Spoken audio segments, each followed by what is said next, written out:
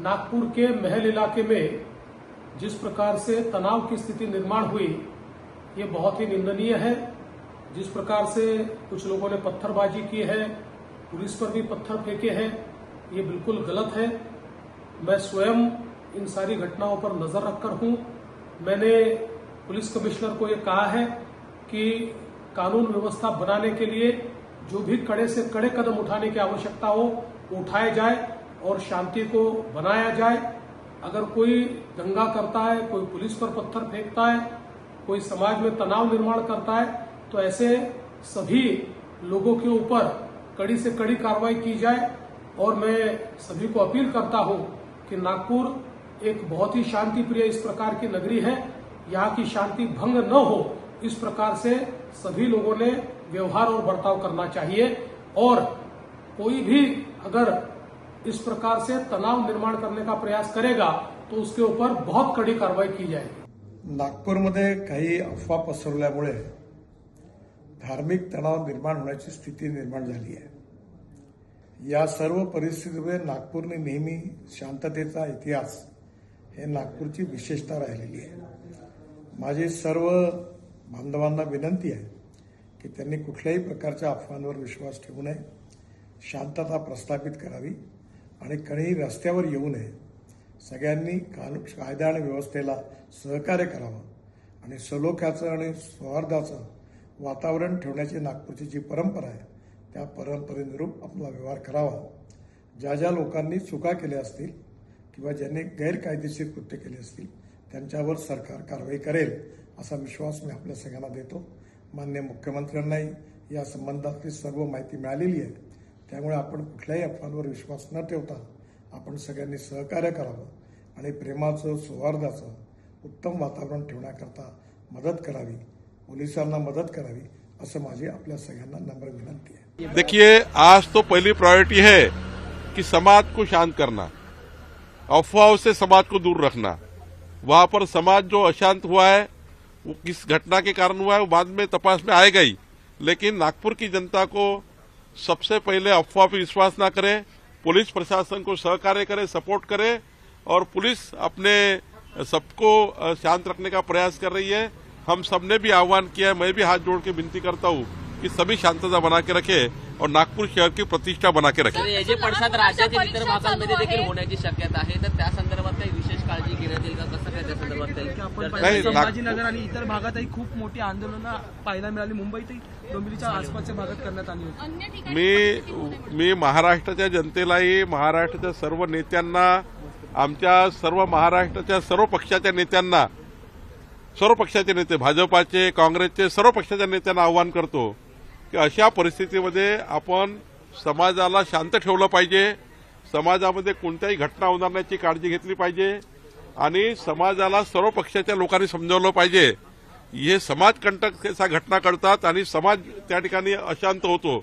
त्यामुळं सर्व समाजाला, सर्व पक्षांनी, मी सर्व पक्षाच्या महाराष्ट्राला आवाहन करतो की या घटनेला कोणतंही राजकारण करू नये। या घटनेला जे समाजकंटक आहे त्यांना ठेचून काढलं पाहिजे आणि खऱ्या अर्थाने पोलीस प्रशासनाला सहकार्य केलं पाहिजे, सरकारला सहकार्य केलं पाहिजे। मैं महाराष्ट्र की सारे पार्टियों को विनती करता हूँ, सभी नेताओं को विनती करता हूँ कि सब नेता एक जगह आकर इस घटना के बारे में समाज को शांत करने के लिए प्रयास करें। सभी लोग एक जगह आकर ये समाज को समझाए। जो भी इसमें दंगा करने वाले लोग हैं वो तो पुलिस ढूंढ के निकालेगी, लेकिन इस घटना को राजनीतिक ना करे। ये घटना को सब मिलाकर हमने महाराष्ट्र को शांत रखने के लिए काम करे। सुबह एक आंदोलन हुआ था, लेकिन उस आंदोलन के बाद पुलिस प्रशासन ने उसमें मध्यस्थी करके उसको शांत किया था। लेकिन रात के समय 6-7 बजे से यह आंदोलन फिर से शुरू हुआ और बहुत सारे लोग बाहर से आए, ऐसी मेरी प्राथमिक जानकारी है जो फोन पर मुझे मिली है। और बाहर के लोग आकर बस्ती का जो बंधुभाव है, जो दोनों समाज के लोग एक साथ रहते हैं, उनके बीच में तकरार पैदा करने की कोशिश उन्हें की।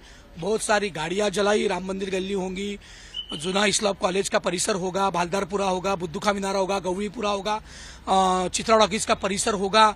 इन सारे बस्तियों में बाहर से आए लोगों ने पत्थरबाजी की है, गाड़ियां फोड़ी है, घरों तक आग लगाई है। गांधीबाग सहकारी बैंक उस पर पत्थरबाजी की है, ऐसी मेरी प्राथमिक जानकारी है।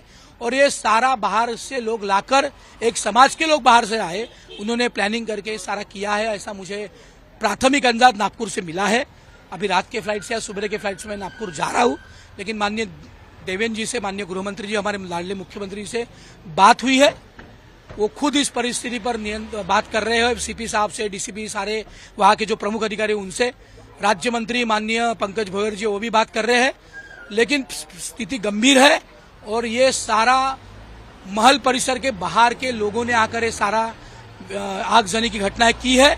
इनको कड़क शासन होना चाहिए जो बाहर से लोग आए, ऐसी मेरी माननीय सीएम साहब की ओर मांग है। भारी मात्रा में पुलिस फोर्स डिप्लॉय की गई है तो अभी बहुत बड़े मात्रा में, बीच में नहीं था 5-6 बजे, लेकिन 6-7 बजे से बहुत बड़े प्रमाण के पुलिस बल डिप्लॉय किया है। बहुत सारे पुलिस कर्मियों को भी बहुत सारी उनको किसी का सर फूटा है, किसी का पैर को लगा है। अग्निशामक दल के कर्मचारियों तक नहीं छोड़ा उन्होंने। ये बहुत ही गंभीर स्थिति है और इस स्थिति को निपटने के लिए पुलिस कोशिश कर रहे हैं। लेकिन माननीय मुख्यमंत्री जी से मेरी मांग है कि जिन्होंने ये सब किया प्लानिंग के साथ, उन सभी को कड़क शासन होना चाहिए, ऐसी मेरी मांग है। या कोई घायल हुआ है, कुछ जान माल का नुकसान तो बहुत बड़े प्रमाण में हुआ है। पुलिस कर्मी कुछ घायल है, ऐसी मेरी प्राथमिक जानकारी है। अभी तक पक्का मुझे मालूम है। ये वाकया हो गया अभी समझ जाओ 9:30 बजे का। नहीं, उस समय की घटना का समय क्या था? 8:30 बजे का, 8:30 बजे का। एकदम ऐसा 500,000 लोग ऐसे दौड़ के आए, पत्थरबाजी की है और घर पे पत्थर मारे और हमारी कार जला दी है। आपकी कौन सी कार? टाटा टियागो का। कितना मॉब था वो? यानी माप था कम से कम 1000 लोगों का। और किस तरीके से इस एरिया में उन्होंने नुकसान पहुंचाया? यानी कम से कम 25 से 30 गाड़ी उन्होंने तोड़ फोड़ कर दी है, कांच फोड़ दिए गाड़ी के। नहीं, ये किसी मिसकम्युनिकेशन के कारण ये घटना घटी है। अभी सिचुएशन कंट्रोल में है। हमने अपना फोर्स पूरा यहाँ पे स्ट्रांग है। सबसे हम अपील करते हैं कि कोई बाहर ना निकलिए और इसका पालन कीजिए और पत्थरबाजी ना करिए। काफी पत्थरबाजी वहाँ से हो रही है, तो हमने उनको आगे शो ऑफ फोर्स किया था, उन पे टीयर गैस का भी वापर किया था। अभी सिचुएशन कंट्रोल में। कई छोटी छोटी कोई गाड़ी को आग लगाई है, तो उसको हमने फायर ब्रिगेड बुला के उसको भी हमने प्रोटेक्टिव सपोर्ट फोर्स देके उसको भी बुझाया है। पुलिस कर्मी भी इंजर्ड हुए? हाँ, थोड़े बहुत इंजोर हुए हैं, कुछ आगे पीछे। मेरा भी थोड़ा सा पैर इंजोर हुआ है पत्थरबाजी में, तो वो चल रहा है। बट हम लोग का भी सबसे विनती है, अपील है कि प्लीज शांति बनाए रखिए और हम लोग सबसे अपील करते हैं शांति बनाए रखिए और अभी उचित जो कानूनी कार्रवाई है वो शुरू है। अफवाहें भी कुछ चल रही सोशल मीडिया पर? हाँ, वो अफवाह पे विश्वास ना रखिए। आप अपने शांति बनाए रखिए, लॉ एंड ऑर्डर को डिस्टर्ब मत कीजिए और पुलिस का सपोर्ट कीजिए। हम लोग आप जो भी लीगल कार्रवाई वो कर रहे हैं। ये हम नागपुर वासियों के लिए काफी दुर्भाग्यपूर्ण घटना है। नागपुर का इतिहास, नागपुर शहर जब बसाया गया 300 साल हुए। नागपुर में सर्वधर्म समभाव, भाईचारा ये चरम पर है। जब पूरे हिंदुस्तान में दंगल होती थी तब भी नागपुर में कभी दंगल नहीं हुई। यहाँ रामनवमी को राम का रथ हिंदू मुस्लिम मिलकर खींचते हैं। यहाँ संत ताजुद्दीन बाबा के यहाँ जितने मुस्लिम जाते हैं उससे कई ज्यादा हिंदू जाते हैं। ताजबाग जो आधे किलोमीटर पर है वहां से मुस्लिम लोग जुलूस लेके आते हैं। छोटा ताजबाग जो सक्करदरा में है वहां से हिंदू लोग ताजुद्दीन बाबा का जुलूस लेके आते हैं और दोनों मिलकर उत्सव मनाते हैं। ये सालों की परंपरा है। किसने भी ये राजनीतिक षड्यंत्र कर नागपुर की शांतता को भंग करने की कोशिश की अपने राजनीतिक कारणों के लिए, उसका मैं पहले तो निषेध करता हूं और आपके माध्यम से नागपुर की जनता को मैं विनम्र आह्वान करता हूं कि वो शांतता बरते। जिस किसी ने भी ये राजनीतिक लक्ष्य हासिल करने के लिए षड्यंत्र किया है, उसे अगर हमें हराना होगा, डिफीट करना होगा, तो हमें शांतता बरतनी होगी। हमारा भाईचारा हमें मेंटेन करना पड़ेगा, क्योंकि सुबह उठकर हम एक दूसरे को मिलते हैं। मुझे पता है वहाँ महल में छत्रपति शिवाजी महाराज के पुतले का जो एरिया है वो कैसा है, मुझे अच्छे से मालूम है। मेरा बचपन वहाँ गया है। तो मैं हाथ जोड़ के सभी नागपुर वासियों से विनती करता हूँ, जो हमारी पहचान है भाईचारे की, प्यार मोहब्बत की, उसे बरकरार रखे, मिलजुल कर रहे और शांतता बरते। किसी भी राज्य में कानून व्यवस्था बनाए रखना ये राज्य सरकार की प्राथमिकता होती है। राज्य सरकार में गृह मंत्रालय, मुख्यमंत्री, पुलिस विभाग, सभी को हमेशा सावधान रहना पड़ता है कि हमारे राज्य में कोई हिंसक घटना न हो, दो गुटों में कोई झड़प न हो। लेकिन जिस प्रकार से नागपुर से खबर आ रही है, बहुत ही दुर्भाग्यपूर्ण खबर है कि दो गुटों में केवल झगड़े नहीं हुए हैं, केवल पथराव नहीं हुए हैं, कई गाड़ियों को आग लगा दी गई है, कई पुलिस कर्मियों को घायल कर दिया गया है। आग बुझाने वाली दमकल के गाड़ियों पर पथराव हुआ है, उनके अधिकारियों के साथ मारपीट की गई है। अभी भी वहां आगजनी हो रही है, अभी भी स्थिति नियंत्रण से बाहर है। पुलिस को आंसू गैस के गोले बरसाने पड़ रहे हैं। मतलब नागपुर जो सभी का एक मिला जुला शहर है, कॉस्मोपॉलिटन है, हिंदू मुसलमान सिख ईसाई सब बड़े प्यार से वहां रहते हैं। नागपुर से ही मुख्यमंत्री हैं जो गृह मंत्री भी हैं, नागपुर से ही केंद्रीय मंत्री नितिन गडकरी जी हैं, और नागपुर की आज हालत ऐसी हो गई। मतलब अंततः जो सरकार को दायित्व दिया गया था कि आपको सभी को लेकर चलना है, सबका साथ सबका विकास करवाना है, उसमें आप कहीं न कहीं असफल हो गए। किस प्रकार की होड़ में लगे हैं आप? अरे आपको चुना गया था विकास के लिए और आपने पूरी की पूरी कानून व्यवस्था को ध्वस्त कर दिया। मतलब आपके हाथों में हमने अपना स्टेट दिया कि आप इसको सुजलम सुफलम बनाएंगे, और वो भी आज के दिन छत्रपति शिवाजी महाराज की आज जयंती है।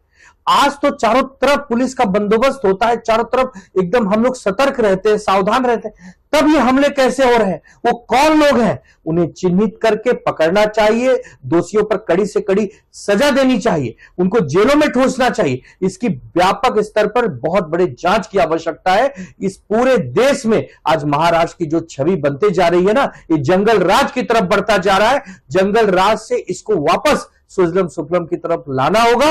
ये देवेंद्र जी का दायित्व है, ये मोदी जी और अमित शाह जी का दायित्व है, उन्हें ये निभाना ही होगा।